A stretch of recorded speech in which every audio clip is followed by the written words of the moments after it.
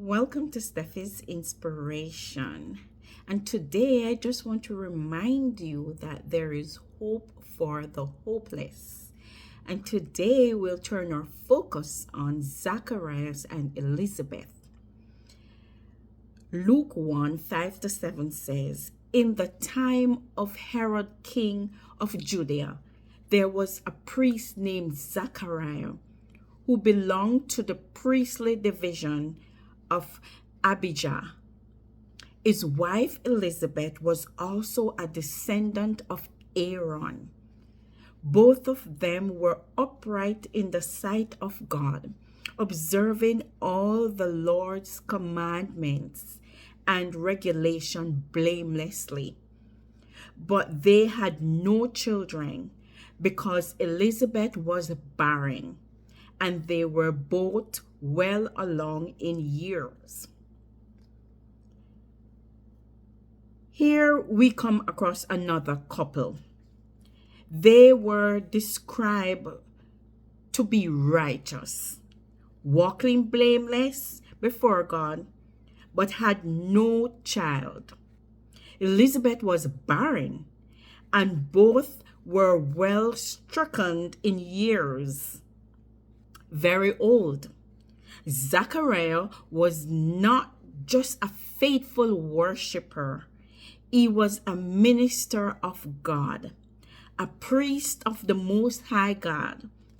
His duty was to present the needs of people, among other things, before God who answers prayer.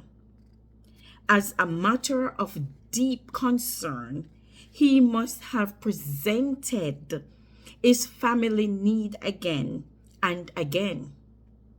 While God answered the prayers of other people through his ministry, there was a delay in his own life and family. But he did not become bitter toward God or stop serving him. Down to his old age, Zacharias remained true to his course, never found wanting in his service to God.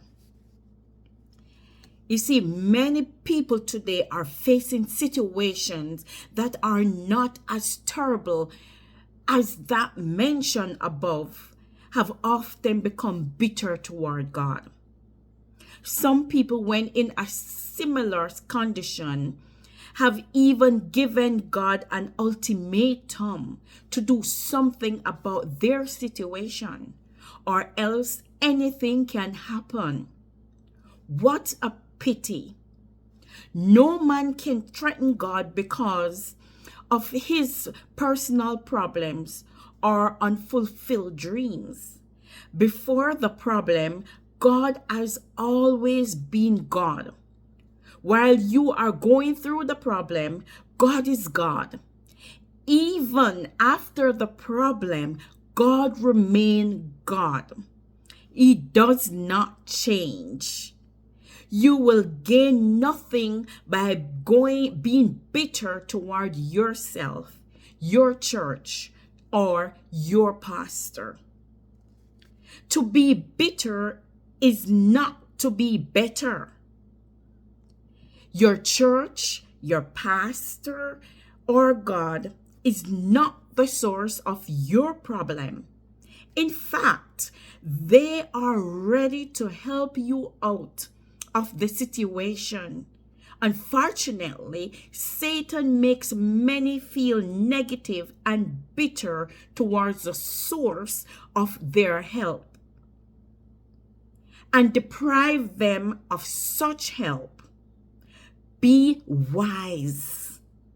In the midst of this seeming hopelessness, Zachariah did not stop serving God. He did not stop praying, and he did not stop trying with his wife.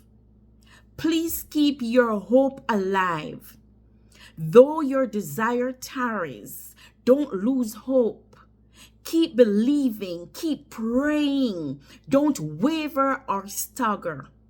But let him act in faith, not wavering. For he that wavereth is like a wave of the sea, driven with the wind and tossed. For let not that man think that he shall receive anything of the Lord. A double-minded man is unstable in all his ways. James 1:6-8. An angel of the Lord appeared to Zacharias in the temple while remaining steadfast in the service of the Lord. He came to deliver a message of God's miracle. But the angel said unto him, Fear not, Zacharias, for thy prayer is heard, and thy wife Elizabeth shall bear thee a son, and thou shalt call his name John. And thou shalt have joy and gladness, and many shall rejoice at his birth. Luke 1:13-14. It came to pass, their hope was fulfilled. God proved himself faithful again. After those days, his wife Elizabeth conceived and hid herself 5 months, saying, Thus hath the Lord dealt with me in the days wherein he looked on me, to take away my reproach among men. Luke 1:24-25. You see, John the Baptist, the forerunner of Jesus Christ, was born. The reproach of barrenness was taken away. Praise God. What he did before, he is able to do again. And he will do it for you.